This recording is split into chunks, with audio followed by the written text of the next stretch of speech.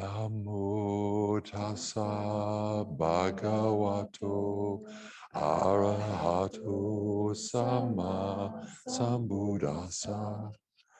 Namo tassa bhagavato arahato sama sambuddhassa. Namo tassa bhagavato arahato sama sambuddhassa.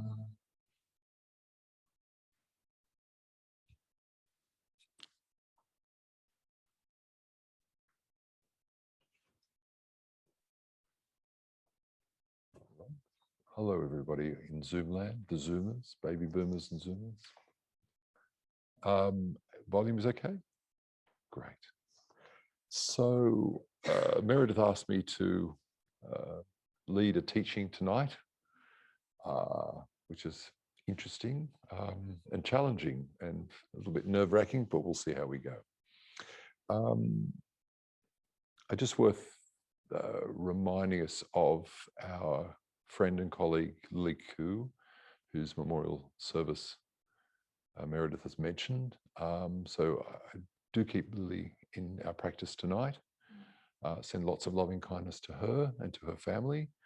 And of course to Bante, who is recuperating. He has a month to really focus on his recuperation. So we wish him well, and we can keep him in our practice tonight. So Bante has been talking over the last few weeks, before I guess teachers last week, about the 5 hindrances. So I thought it would be worth continuing and thinking in a kind of a practical sense about the 5 hindrances, and my sort of favorite, which is number 2. I'm not sure that the hindrances are listed in the sutras in a particular order for a particular reason, but I sense they are.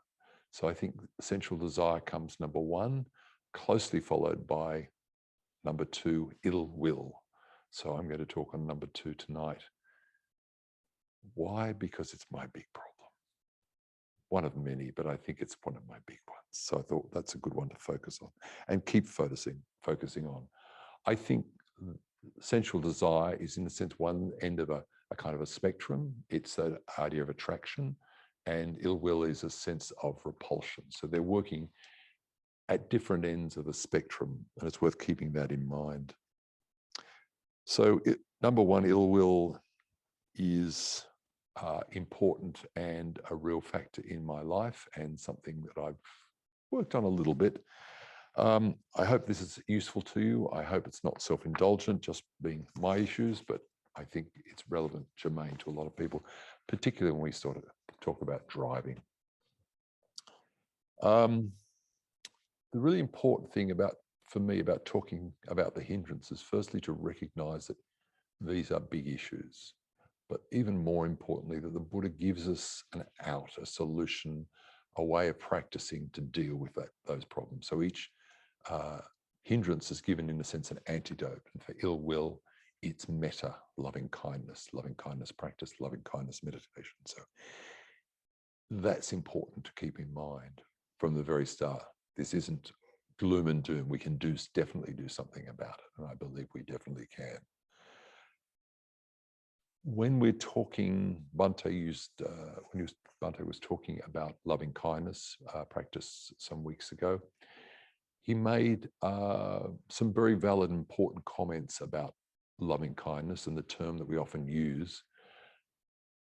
He likes to use the word love, following the work of Venerable Thich Nhat Hanh. So instead of saying loving kindness, which is a little bit awkward, a little bit clumsy, and a bit sort of odd, it's not part of our normal lexicon. So love is a better word, but we need to be very clear on what we mean by love.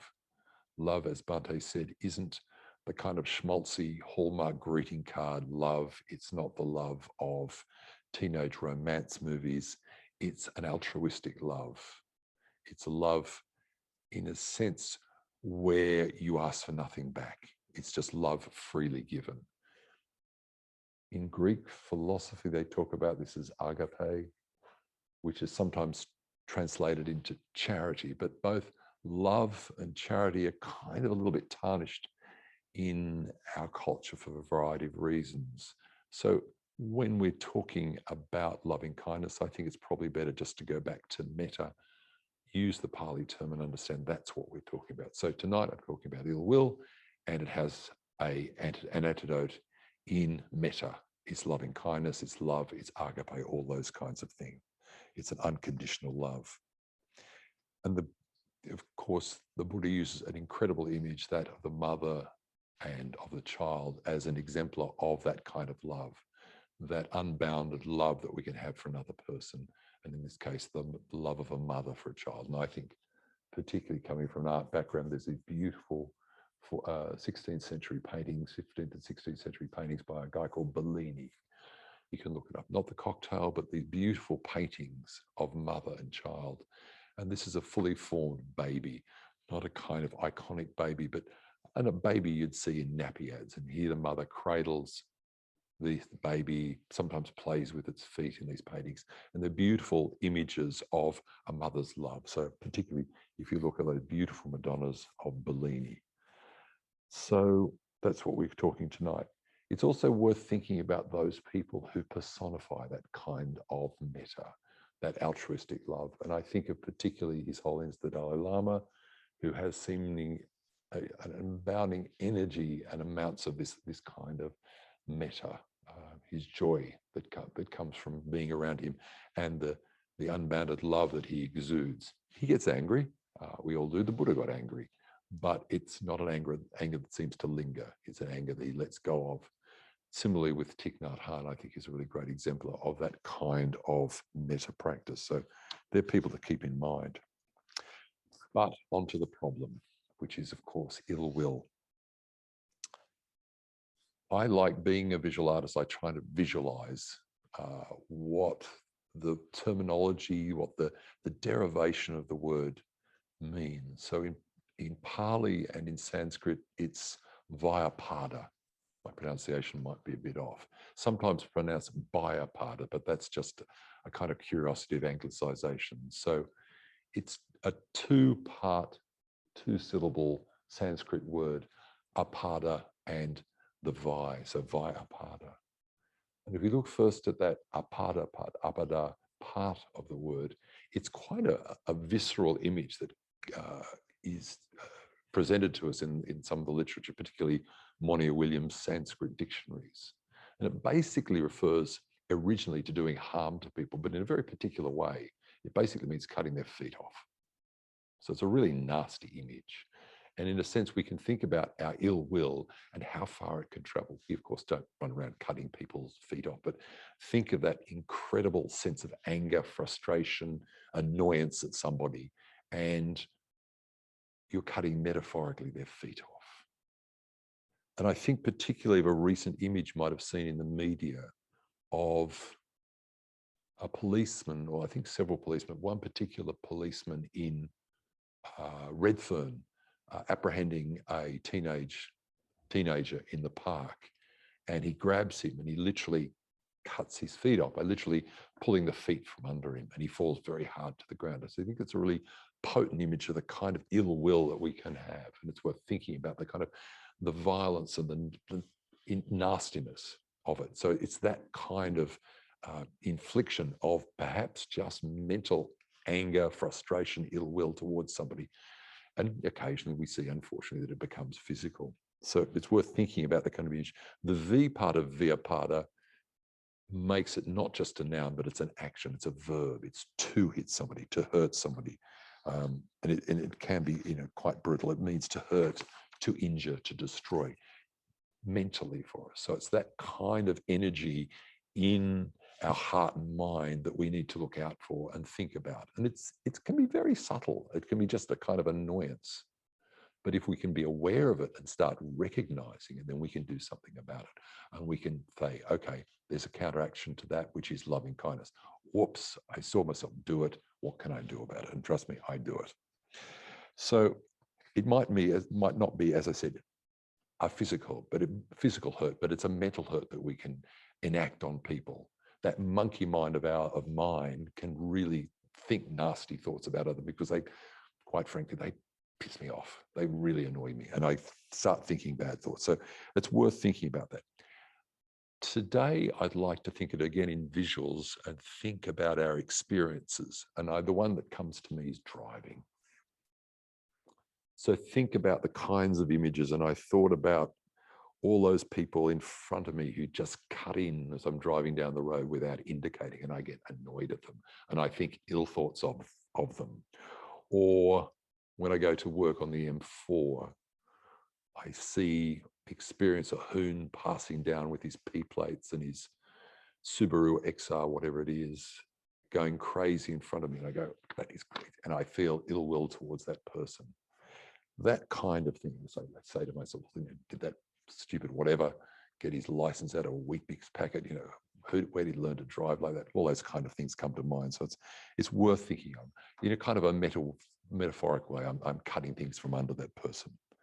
So tonight is a little bit about driving, but I think it applies to any kind of interaction we have with people in public settings. And you could be queuing for public transport. You could be on a train and see bad behavior.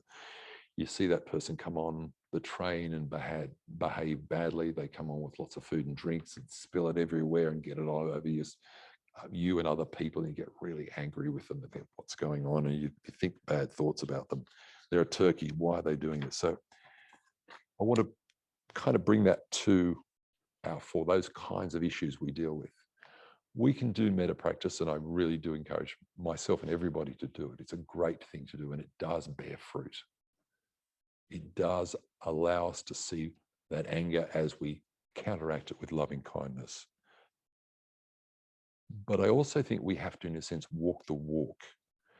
And we can do lots of practice, but if that practice, in a sense, falters when we're actually confronted by real life circumstances, it gives us the opportunity to really think about what's going on in our heart and mind, to reflect on it, to observe it, and hopefully to do something about it. In the Zen tradition particularly, that's a really important aspect of, in a sense, Zen training. And it's illustrated in a series of usually 10 pictures called the ox herding pictures, which is a series of visual metaphors about the path of practice. And towards the end of that path of practice, the main character, which is usually a seemingly homeless, dirty, messy, overweight man, comes back into the marketplace, to the village, and he does his practice. He lives, walks the walk and talks the talk in the village with all the things that go on in a marketplace. It's busy, it's competitive, all those kind of things we have to think about. Okay, how do we practice loving kindness? So I thought in that regard, it's worth thinking about that idea of doing it in the marketplace. So I thought I'd quote a little verse from a poem on the ox herding pictures by Master Kakawan from the 1100s in China. Inside the hermitage, you do not see what is in front of the hermitage. Shoeless and bare-chested, he enters the marketplace. He is daubed with earth and ashes, and a smile fills his face. Making no use of the secrets of gods and wizards, he causes withered trees to bloom. So it's an image of shoeless, he's barefoot, poor, ruffian kind of character, bare-chested, he can't even put polite clothes upon himself as he enters the marketplace. He's just a slobby looking guy, disheveled and dirty. He's daubed with earth, so he's sleeping on the ground, and ashes. He's making small fires around the place, and he's got ash on himself. He's a bit of a mess, but he has a smile on the face, and it's a smile of an enlightened one, saying, I don't have to have bells and whistles and a smart car and all those sort of accoutrements of modern life. I can just be as I am. And he makes no use of secrets of gods and wizards. It's an internal realization that's happened for him, and that creates this wonderful last line, which is, he causes withered trees to bloom. So what we're looking for when we practice loving kindness is not just to be able to do it in the comfort and security of our practice at home, which is very important, but also to do it in that metaphorical and literal marketplace. So tonight, as an image, a series of images that we can use, I'd like to think again about driving and road signs and things like that, because I find them interesting. I find them a challenge and a wake-up call. I think driving in a car, how many drove here tonight? Most, yeah.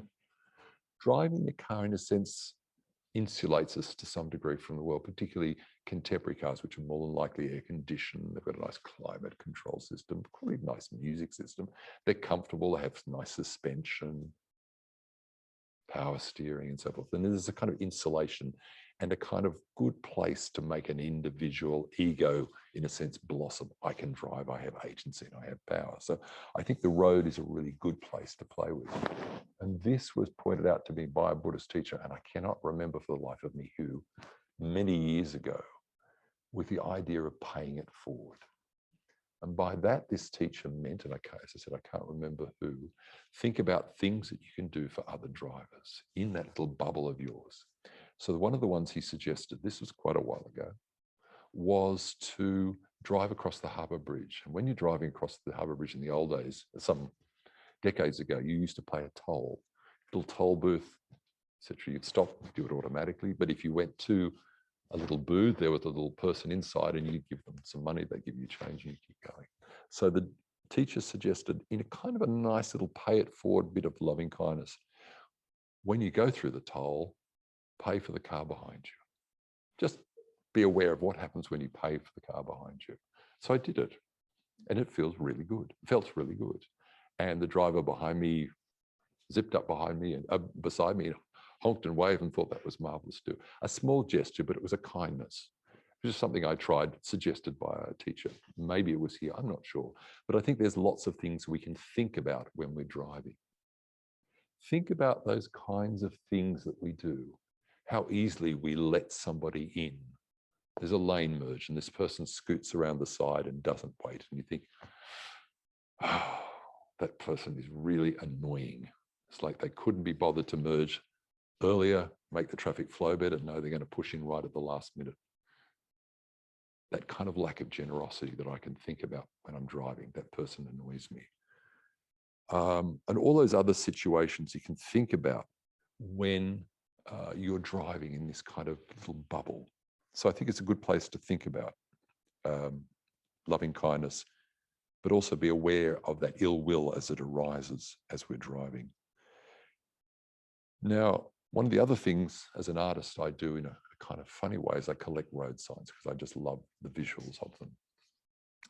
So this was shown to me many years ago by a wonderful late Australian artist called Rosalie Gascoigne, who made wonderful art out of road signs. So I've always kind of had an interest in road signs, curious thing. And I even collect them. So when I find old road signs discarded, I collect them. And occasionally I've got some through councils who've discarded bent and broken ones, and I keep them. And I think of them try to think of them as a Dharma perspective. So I brought today some road signs. One of my favorites is this one. And I've used this in a sculpture. So this is a stop sign. And you all know it. You see the lollipop person come out and stop you. And you're in a hurry. This person is going to slow me down. I'm going to have to wait. Oh, I'm in a hurry. This ego of mine is in a hurry. So I think of this in a sense as a kind of marker of my ill will towards other people, and particularly that bloody lollipop person who's going to slow me down. Stop me. I've got to wait. And it can be a long wait. Sometimes I travel into Western New South Wales and they're doing a big road maintenance. I could have to stop for 20, 30 minutes. No, I want to get on with the journey. This is really annoying. And it's like, how thoughtless can they be, and so forth. And this ego drives all these bits of ill will into my head. So I kind of find this interesting to think about, wait a minute, what's really going on here? So in the Thai tradition, of course, they have those beautiful fans, which a monk holds behind, Pad-yod, which the monk, I hope that pronunciation is right, Bante, the monk holds in front of himself, in a sense, to dissociate him and his ego from it. So you're encountering the Dharma when you actually take the precepts with this flag. So I think of the lollipop person as a kind of a preceptor. So I would encourage you, as one of the many images we can think about, here is a stop sign. And here's someone saying, just stop. Stop the monkey mind, stop all the rushing, stop the ego, stop all the things that could generate all those feelings of ill will, whether it's to this person, to other people. So I find this stop sign interesting, but it's also the way they hold it. It's kind of a little bit like the fan that the monks in Thailand hold when you take the precepts with them. So and the good thing is, once you've stopped, then they give you another bit of advice, which is to go slow. So when you see them asking you to go slowly, but I think it's a metaphor also, a visual metaphor for life. Why don't I just slow down, get rid of my ego, try to, good luck with that. Just take a moment, pause, and allow this as a teaching. So I think of this thing as a bit of a Pad-yod. And you can think of it, hopefully, next time you see it. That's one of my favorites. Someone threw that out in the bush once, and I thought that was really cool. And I keep it behind a Buddha statue at home as a kind of reminder. Stop. It was just lying in the bush. Yeah. Some of the road signs I've got, as I said, come from council. Sometimes I find them abandoned and so, okay. So I think we can use these kinds of indicators instead of thinking them in a conventional sense, and think possibly about them as sort of markers in our practice. And I brought two more, and I'm going to invite you to tell me what you think. This is a very Zen one. No standing. So for me, it reminds me of those Zen koans, which in a metaphorical way, deliberately pull the rug from under you and say, where are you going to stand? Where can you actually find peace, tranquility, all those things we crave? We're not going to find them in any kind of physical position that we might take up, both literal or metaphorically. We're going to find it within our own hearts and minds. So I think no standing signs. You go, do you want to find a park? You're in a hurry, you're late for a meeting, and then you find there's no parking because there's all these no standing signs. And another way is for us to go, wait a minute, where do I really stand? Well, I stand in terms of my own quest for release from suffering only within, not from without. Yeah, so worth thinking about.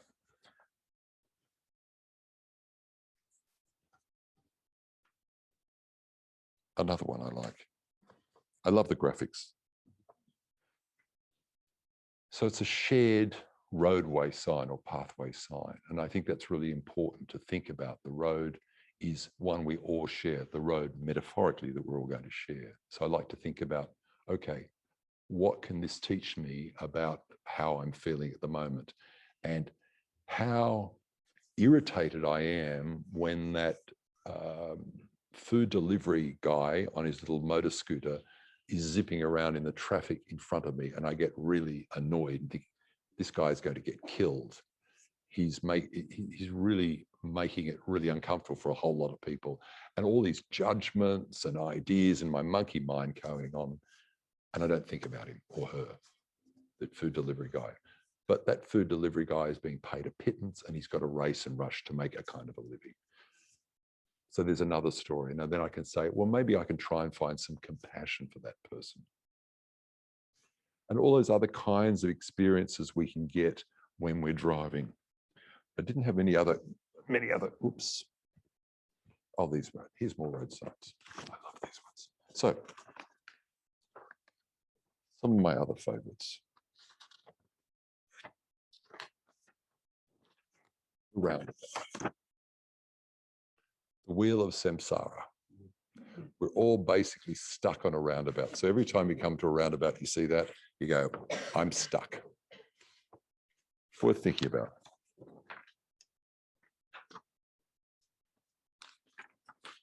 The path that we're on. It's a windy, windy road. And it's kind of, I think it's kind of funny when I see it like that. It's like, yep, it's going to be like that. I'm going to have ups and downs and swervy roads to deal with. So it's worth thinking about. Oh, very important one. Road bumps, speed bumps. There's lots of them metaphorically. And they're really annoying. You're driving and you want to get somewhere really fast. Why? Why do I need to get there? So I think, again, as this is a way of teaching, but also recognizing, again, the kind of little fractious bit of ill will hidden away in my mind. It's like, oh, why did they put the speed bump here? And, oh, it's going to slow me down, all those kind of things. That ill will, it's subtle. It can be, it's kind of funny when I think about it, but I think it's a way of actually pulling it apart and allowing us to observe the rising of this ill will in my heart and mind. And so on and so on. And also in a lesson in life, the very simplest lesson, but a really important one. Just give way. Just allow it to happen. Just not feel that you are important. You're not. I'm not. I'm definitely not. I can take that sign and go, okay, think upon it. Where can it take me in terms of my own practice? Where can I realize when I don't give way? When I assert myself and think, I've got the right to do this. No, I don't. I need to have one of those sort of stuck on my steering wheel, give way. In all sorts of subtle and gross ways, we can think about giving way in our lives.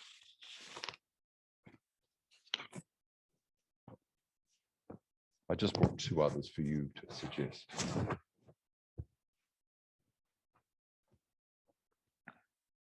What it might mean in a Dharma kind of way, what it suggests to you as you're driving with all that ego, and determination and rush and a bravado that we have when we're driving and we come across a no-through road.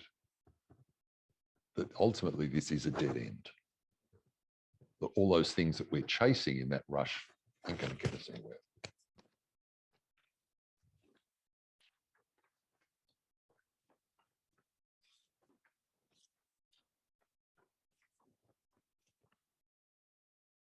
The chaos of our driving. Again, a kind of a nice little metaphor, visual metaphor for our monkey mind, our car out of control. Yeah. It's worth remembering, of course, the Buddha uses not a car metaphor, but a cart metaphor, which is the principal teaching. He's here, he taught to get rid of dukkha, suffering. And dukkha is basically, metaphorically, really crappy wheel alignment.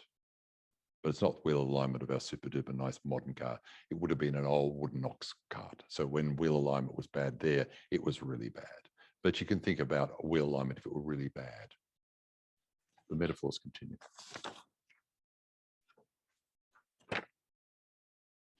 Any suggestions? A dharmic interpretation of one way.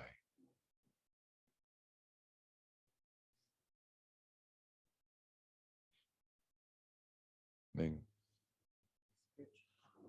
Mm-hmm.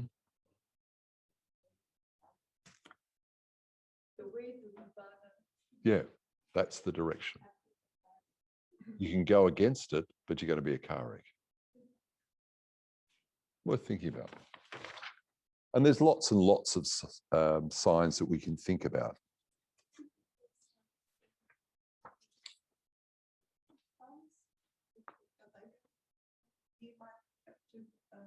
Update them.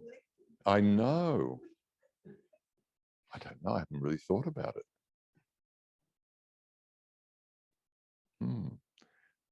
They'll have to make noise, though, because one of the things about them is they make very little noise. You can't hear them coming. There's a lesson in that somewhere. But think about all the different signs that you might like to come across as ways, I think quite easy ways, sometimes humorous, but easily to observe ways about the way that ill will pops up when we're driving. How much that little inkling of some bad thought towards another person, for potentially no reason, no fault of theirs, And that's quite irrelevant anyway. It's more about what's going on in our heart and mind. So taking to those kinds of imagery, I'd like now to do some metta practice, and then we can have a discussion. So let's get comfortable.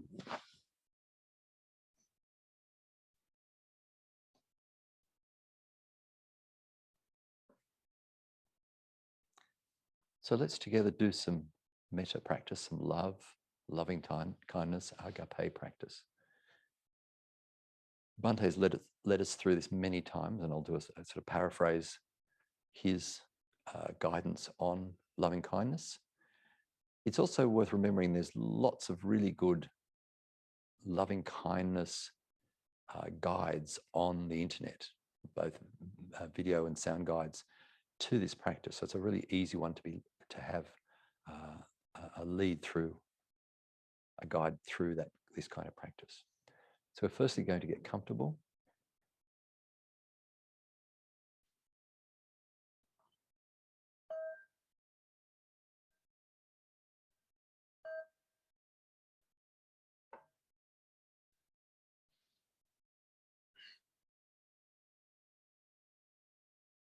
So firstly, we just take a moment to bring ourselves back to ourselves,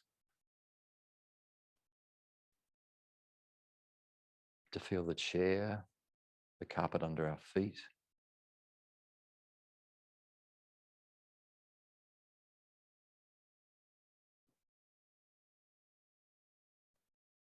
be aware of our posture, that we're sitting up reasonably straight, but not in a forced way. We're holding ourselves up so that we're alert and aware.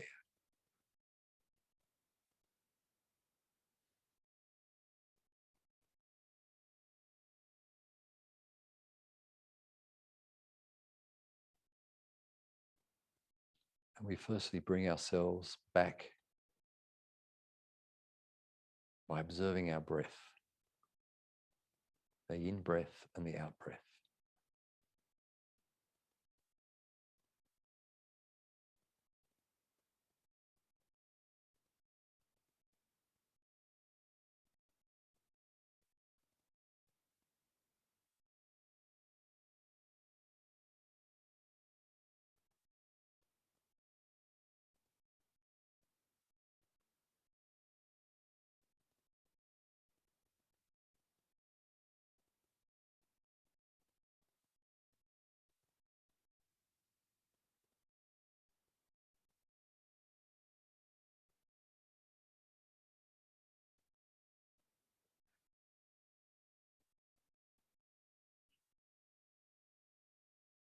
Keep bringing our awareness back to our breath as we settle into our chairs or onto our cushion.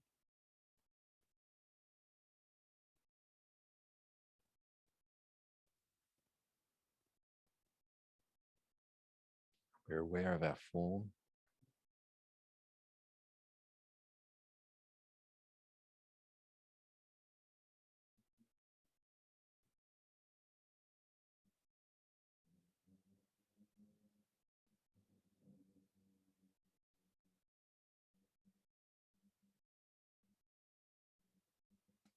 And we first generate metta for ourselves.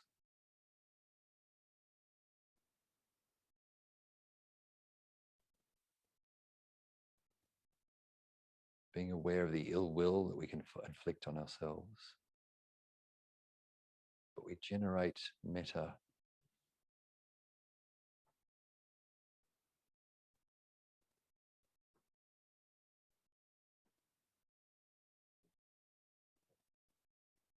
by saying to ourselves, may I be well, may I be happy, may I be free from suffering and the causes of suffering. May I be well, may I be happy, may I be free.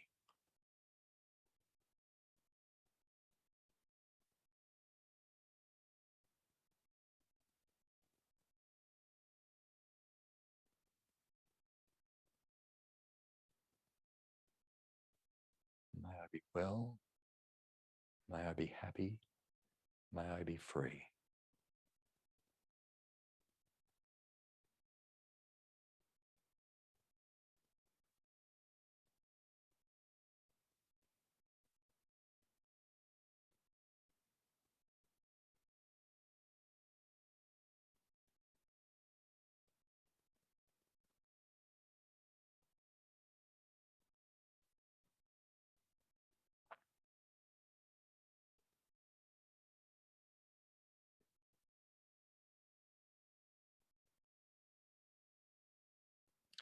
Now we bring to mind, each of us sitting here,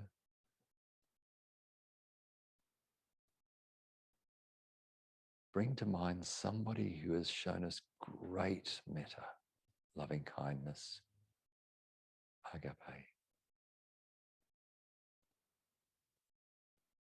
a parent, a relative, a friend, a grandmother, a grandfather, someone you can immediately relate to as giving you unbounded, unlimited, unconditional love.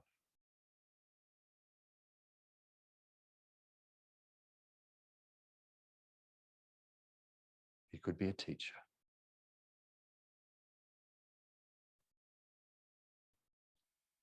We bring that person to mind and wish that they may be well, they may be happy, they may be free.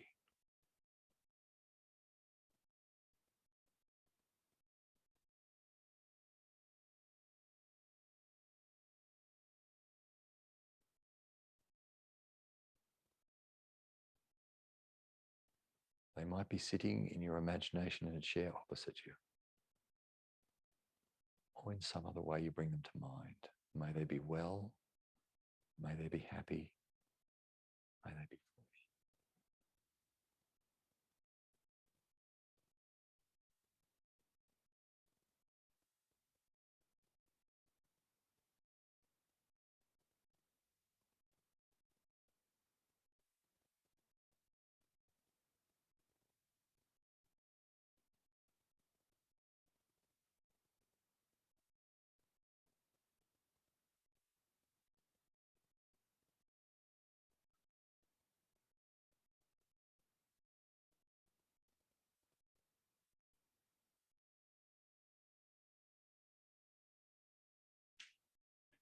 And now bring to mind other people that you know who've shown you great kindness, and other people that you want to send such goodwill towards. So with that first person gathers around other people and you wish that group, may they be well, may they be happy, may they be free from suffering and the causes of suffering.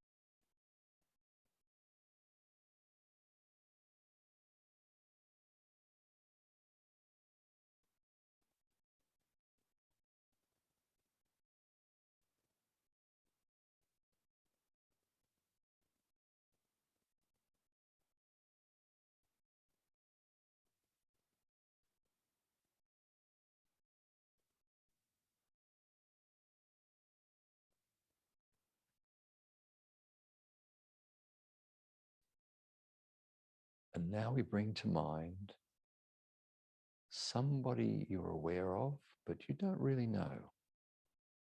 You might have seen them on a bus. You might have stood behind them in a checkout queue. You might occasionally pass them in the street. You don't really know them. But to that person, we also wish, may they be well, may they be happy, may they be free. May they be well, may they be happy, may they be free.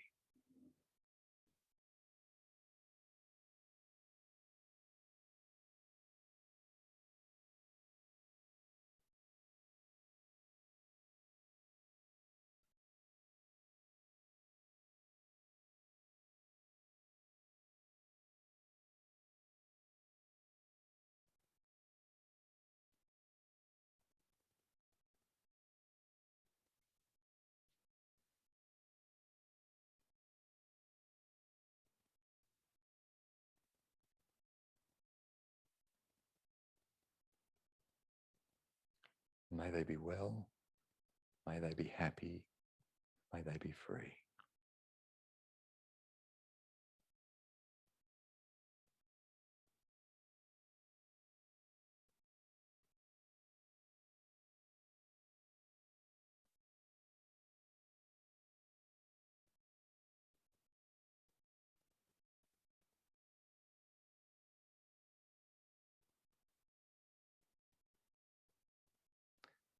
And now we bring to mind somebody for whom we have generated some amount of ill will.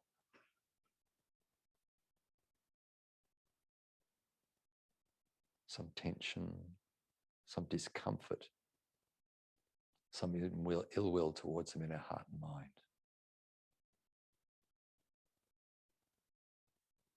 And we offer them the same gesture. May they be well. May they be happy. May they be free from suffering and the causes of suffering.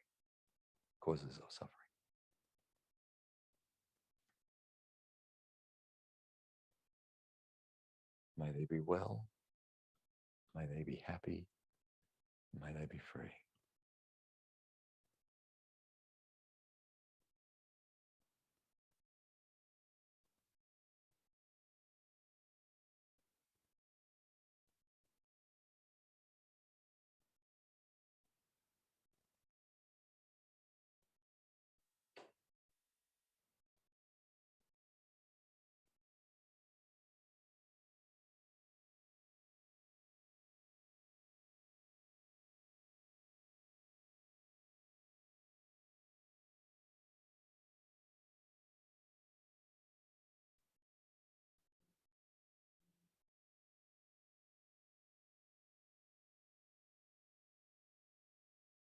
May that person be well. May that person be happy. May that person be free.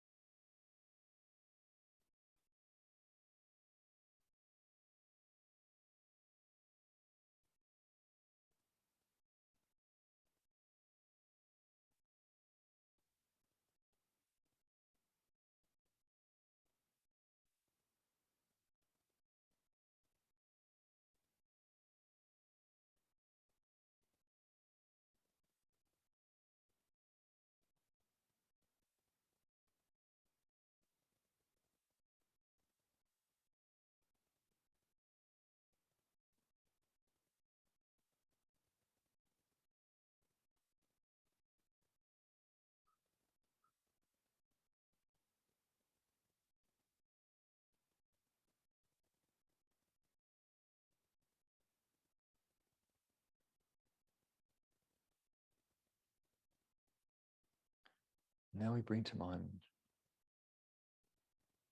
the people in this room, all of us together. And we bring to mind us as a group, the people with you in front and behind, to the left and to the right. And we take a moment now to wish them that they may be well, that they may be happy, that they may be free from suffering and the causes of suffering, greed, hatred, and delusion. May they be well. May they be happy. May they be free.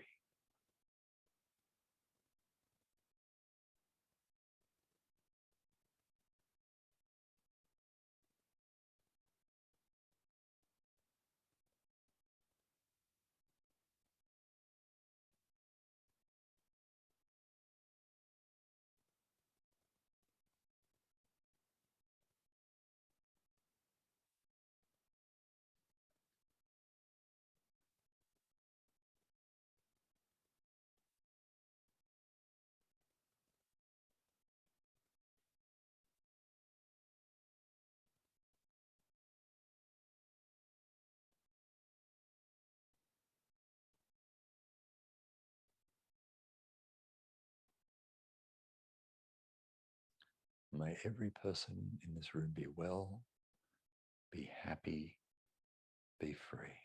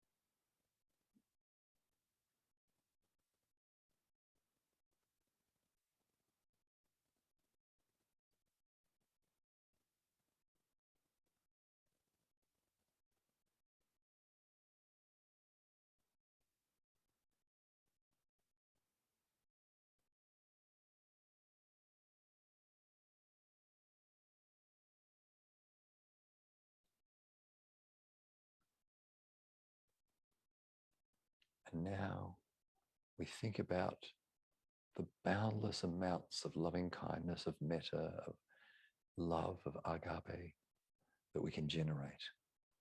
So we offer that to everyone in Camperdown, the suburb we're in. May everyone here in Camperdown be well, be happy, may they be free.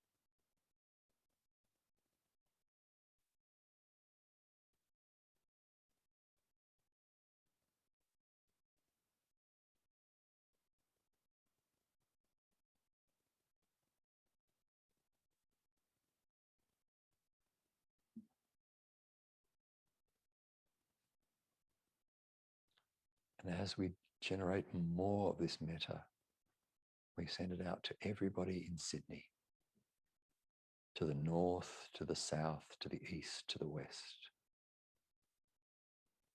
May all be well, may all be happy, may all be free.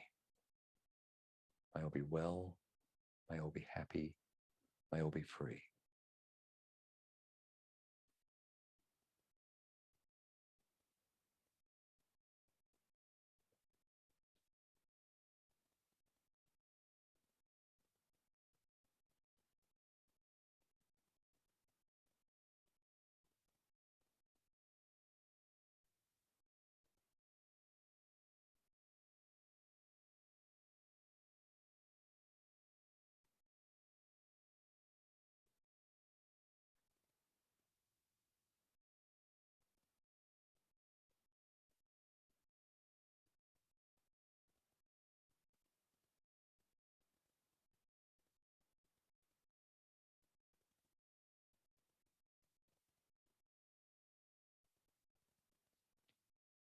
And we now send that loving kindness to everybody in Australia, far to the west, to the north, to the south. May all be well, may all be happy, may all be free.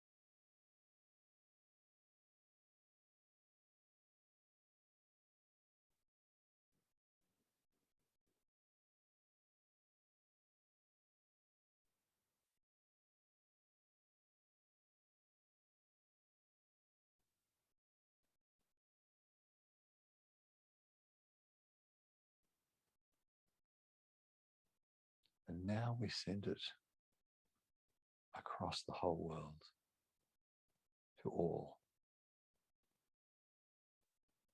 May all be well, may all be happy, may all be free from suffering and the causes of suffering.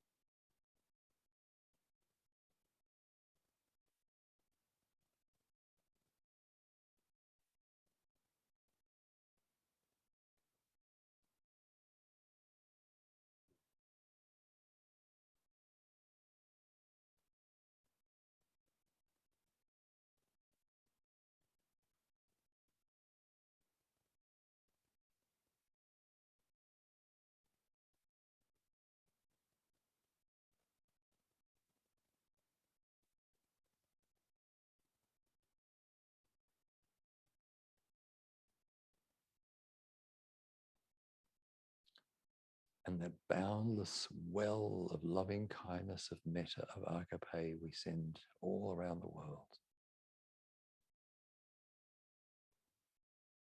May all be well, may all be happy, may all be free.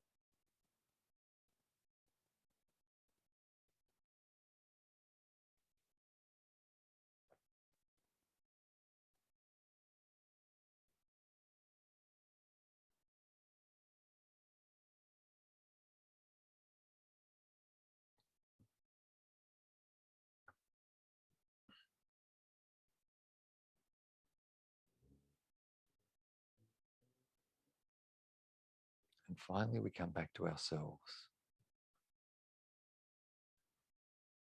as one of the many people suffering on this earth. And wish ourselves well. May we be well. May we be happy. May we be free from suffering and the causes of suffering, greed, hatred, and delusion. May we be well. May we be happy. May we be free.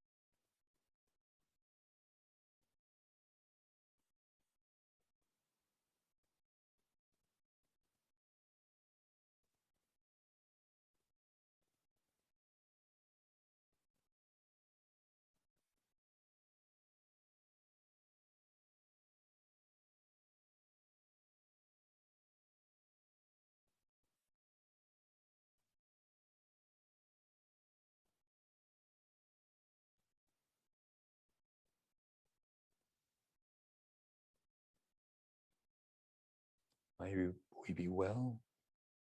May we be happy. May we be free.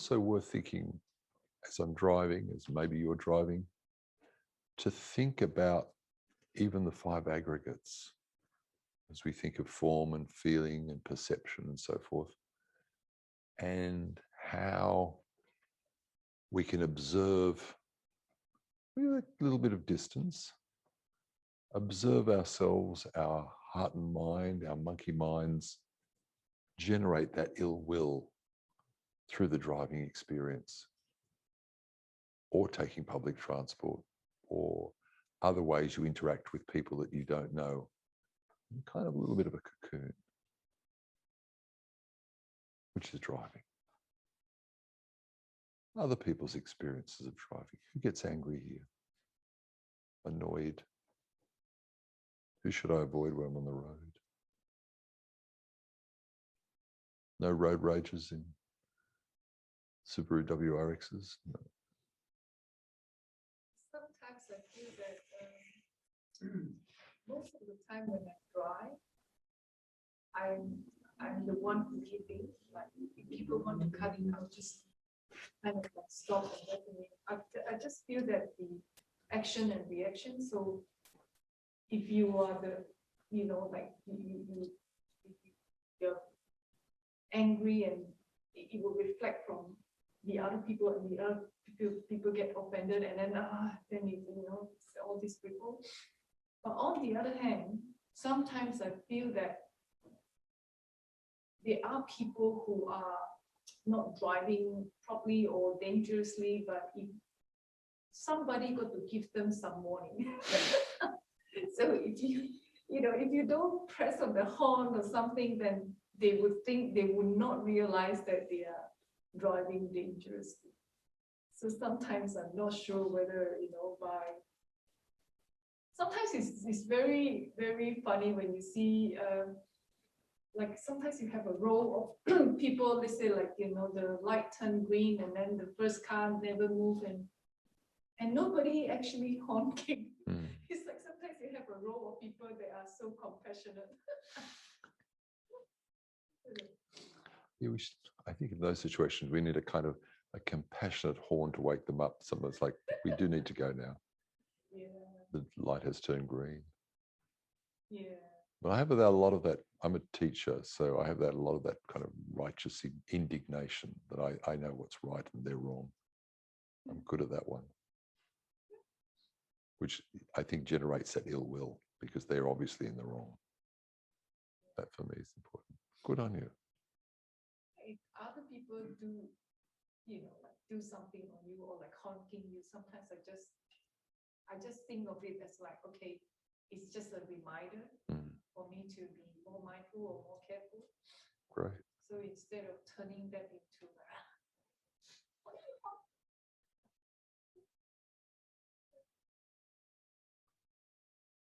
Other drivers and how people relate to it. I have driven in the last few years a bicycle here in Australia and also in Los Angeles for 15 years. And I have perceived a lot of aggression from drivers. When you are because cycling? when I'm on my bicycle, yeah. Somewhat less here, but very strongly in Los Angeles. It didn't matter if I was on a footpath or on the road, people were telling me, screaming at me to get off and things like that. I've also found that if I want to really ride peacefully, it is better that I wear my helmet, because there are many Corsair policemen and women out there that want to scream out at me as well. So I have two sets of parents that are 96, 97, 97 and 98 here in Sydney. They're all alive. I saw all of them yesterday. And I was the only one really pretty much keeping an eye on everybody, just with love and being present. And so I'm an actress, so I don't have that much money, except at times when I do. But I said a few months ago, I could benefit with a car. Narrowing, COVID stuff, and Petstow Heights and things. So they gave me a car, and it's a car, but I was aware, I don't want to sound virtuous, but honestly, I have had a backseat in this whole scenario for quite a while. And I treat my driving time as practice. I just do. Because you know, there were many years as a headmistress, many years ago, I didn't behave in those ways. It's dangerous. So now I take great joy in looking in. I see orange light, I want to speed up, I will slow down and go to my breath. You know, I've been practicing meditation since 1981. My practice is off the cushions, and because I'm giving myself goosebumps now, but because I'm aware that when somebody drives a car, it's potentially a dead vehicle, and adopted as a 2-week-old, and then searching, found that my mother at 24, natural one that I didn't get to meet was from her. So all I'm saying is that I don't get around with doom and gloom in my heart around it, but I really find it's a very strong mindfulness practice and signs and those things. Great. Awareness. Thank you. I suspect, I don't know how you can check this, but I think more people in Sydney are waving to each other to let them in, to say thank you and so forth, which I take as a great joy in that. I love that interaction, even very small and subtle. Yeah, we become more humane. We recognise it is another person, that maybe that they are running terribly late, or they have some crisis to deal with. We don't know. No, there is a lot more walls that Other people. And there's a complete logic to it, in that it makes the traffic flow faster. Yeah. If you're letting people merge. But I find that I have a lot of running commentary around other motorists. I don't necessarily get Me too. angry, but I've got a lot of running commentary. Yeah. Like, that's right, you just put on the brakes for no good reason, or just weave around, that's right, okay. Yeah, you're an idiot. Yeah. I'm good at that one. It's not really angry, but it's certainly running commentary. And I also ride a push bike as well. And I can find I can get more angry on the push bike because I feel more vulnerable. Yeah. Yes. And which is actually a bit, because actually you're quite vulnerable in a car, but you just don't think you are. But yeah, and I can get quite annoyed with pedestrians on my bike because people take liberties with bikes that they wouldn't take with a car. Like walk out in front of them. Yeah, I've got that too. But it is, as you say, it's a very good practice to be in a car. And I also sort of, at lights, I do a lot of breathing. Yeah. Very conscious of my Great. breathing. And yeah. Other people. Somebody, if I feel that somebody has really done the wrong thing, it is extremely hard to generate. Oh yeah. There's part of me that is just like walls and really, it's actually wishing them harm, Mm. actually. And it doesn't shift. Mm. Do you have any suggestions? Oh, I think that's a good one for Bunty. I think what I would firstly, let's pass in the buck. What I find works for me is to just take it back a step and imagine why they're doing it for good reasons, that they are in an emergency.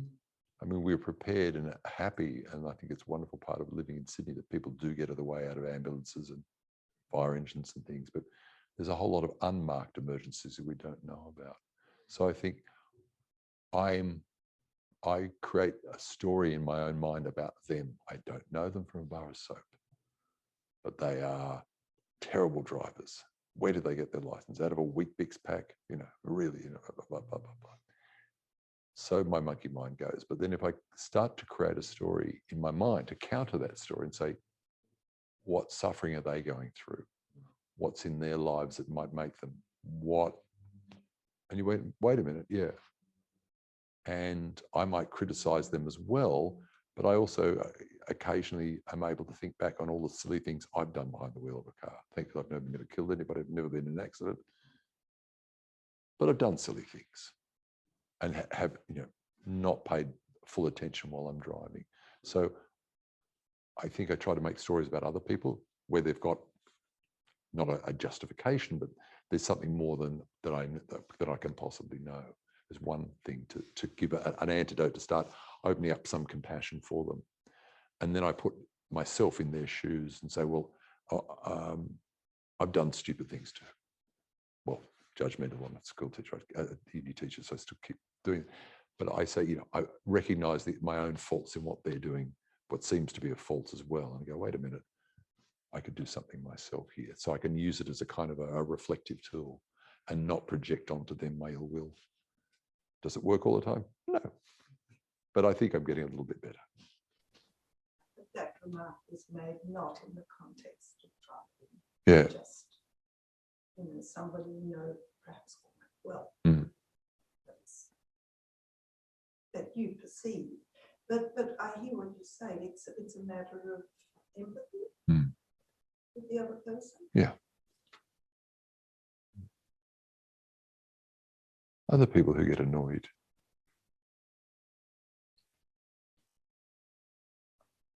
I can find that I can feel incredibly anxious too sometimes, especially when I see the food delivery cart and the risks they take. Yep. And seeing one knocked off his bike or her bike. Well, this is the commentary, they've been paid a couple of bucks to deliver a hamburger to someone, Yeah. and put their life at risk. I know. It's a terrible situation. Commentary that goes on there and kind of, I guess, righteous indignation. I guess.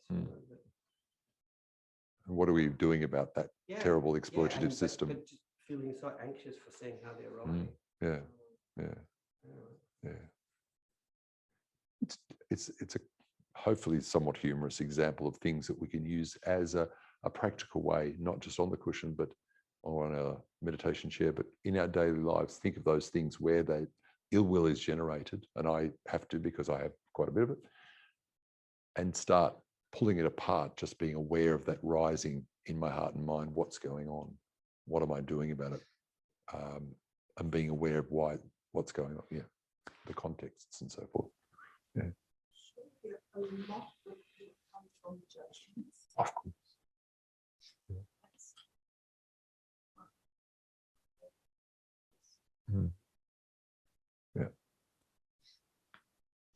I find it more irritating as a passenger and the driver gets angry. Yes. Because for no reason, they just burst up, into anger or say something. Yeah. And you as a passenger just like, shut up. No, Yeah. it's not their fault. Yeah. It's your fault. Yeah. So Yeah. you have to put it back to yourself as well Yeah. to see whether you're doing the right thing or not. Yeah. Now, you could be talking to the passengers and you could be not doing the right thing by putting out a signal and they couldn't see and just cut in. Yeah. Yeah, it's amazing. I mean, but observe what in others, the things that they say, but think, well, I'm thinking that as well occasionally. It's like, okay. But anyway, it's a practical lesson. That's what I hope it is. Practical Dharma. I've certainly yelled abuse at Sapnet. Hmm? I've certainly yelled abuse at Google Maps. Oh, that, yeah. Oh, yes. Yes. Yes. And it is a very stressful situation, but that's going to test us. It's a situation where we'll test our equanimity and all those other virtues, divine abidings that we want to practice. It's a really great test. Maybe it's too much of a test for some people. Maybe we need to say sometimes, I shouldn't be driving today. I'm in a really foul mood. Just to think about it. Ill will, the 5 hindrances. You mentioned equanimity, that jotted something in my mind that might be a good spoon. Absolutely. Yeah. Generate. Yeah. Then generating not for. Yeah, definitely. So equanimity is really important, building up that empathy and balancing that ill will with some empathy to get a kind of equanimity starting. Yeah, absolutely. A calmness. Yeah. I don't think I could say much more on that at the moment. Anyone else? It's very hard to generate metta for someone that is doing wrong to you. I don't know whether it's right to say that actually instead of like you radiate metta to the other party, you radiate metta to yourself. So because whatever that person's done that create that ill emotion in yourself, you don't feel good about it, about what you say, it's because sometimes it's like you kind of accept yourself for having that feeling, or you give yourself that metta. Because sometimes it's like we can't control of what other people is thinking, doing, or things like that. But we can always control our emotions too. So if you can give yourself a little bit more metta, so I think you can deal with them better. So it's not so much of my opinion. Give them that metta. Of course, like they have all sorts of reason to do that. But by giving yourself the metta, I think it's like your reaction will be different. I was watching be happy with yourself. Oh, absolutely. I think it's very hard normally to give that loving kindness to yourself. The answer I give to that question of equanimity, I would bring up my lollipop. And I think the first thing in terms of developing equanimity for me is to stop. And I find it particularly when I'm dealing with very difficult students, and I unfortunately have to, well, I have perhaps the honor of dealing with quite a few on occasions. The one thing I try to train myself to do is just stop and not react in that moment, but pause and pause again and pause again. And that time allows me to build up some equanimity, to build up hopefully a little bit of compassion and understand that the kinds of issues that the student is dealing with. I know I've got to deal with one tomorrow, and I could have dealt with that one a week ago, but I decided stop. Not that I'm good at it, but I'm just saying the stop sign works for me. Just stop. And then see how things progress once you actually have stopped. And then I think I can build up some equanimity, some compassion, and deal with the problem in a compassionate and hopefully with some metta. Not easy. And more skillfully. And skillfully, hopefully. This is just in the vein of a comment on your talk tonight. Thank you very much. I really enjoyed it. Oh, thank you. I really enjoyed the way you brought the art aspect I remember Charles saying that at a certain stage of the path, everything that you see or hear or in the forest is a Dharma teaching. And you seem to be going in that direction. Trying. So just encourage you. Thank you. And anybody, We come back with some more. I've got lots more. Thank Marrickville Council for these ones. Shall we now pay our respects to the teacher who is our exemplar?